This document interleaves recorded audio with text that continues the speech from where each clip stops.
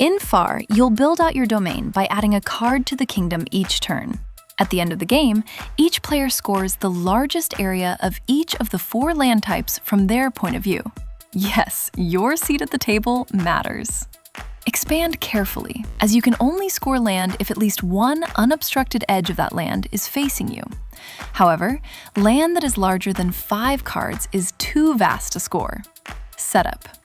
First, each player chooses a side of the table to use for scoring. In a 2-player game, sit across from each other. Next, place the 2 castle cards next to each other in the center of the table to start the kingdom. Each player takes the king and queen of a color into their hand. Remove unused king and queen cards from the game. Shuffle the 20 standard cards, draw 2, and place them face up next to the deck. The oldest player takes the first turn. Play then proceeds clockwise around the table.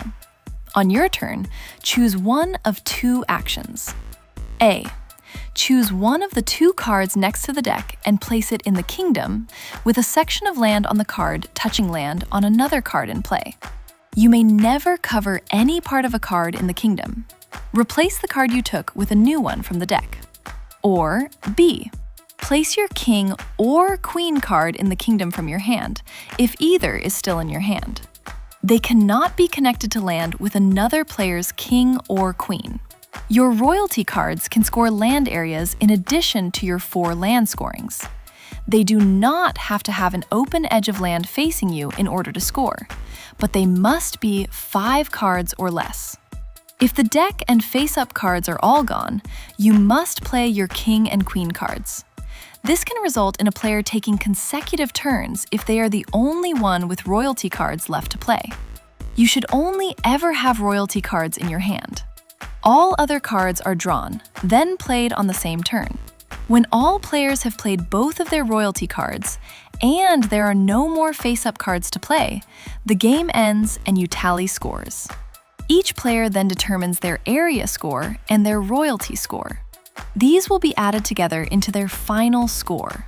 For each of the 4 land types, score the largest connected area that has at least 1 edge of land facing you, and 5 or fewer connected cards of connected land. Gain 1 point for each connected card, plus 1 point for each king or queen in that area, including other players. If there are multiple tied areas of the same size, you only score 1.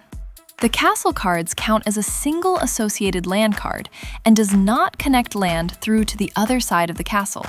For example, this is 2 cards of green meadowland. An area may be open to multiple players. This means multiple players could score the same land area if it's the largest area for both of them. Each player then scores the areas containing their king and their queen. Score 1 point for each card in each area, plus 1 point for each king or queen, including other players. This step may result in scoring the same area you scored in the area scoring step. The player with the highest total score wins. If there is a tie, all tied players win. Here is a scoring example. Red scores 1 for meadow, 3 for brick, 2 for ocean, and 3 for forest. The meadow with their king does not score as it is more than 5 cards. They score the brick area with their queen twice, as their largest connected area of brick is also used to score their queen for 3 points. Notice they have an obstructed view to these meadow and forest area edges, and must score smaller areas worth 1 point each instead. Green scores 4 for meadow, 3 points and a bonus point for an opponent's king. They score 0 for brick, as no brick land edge is exposed to them.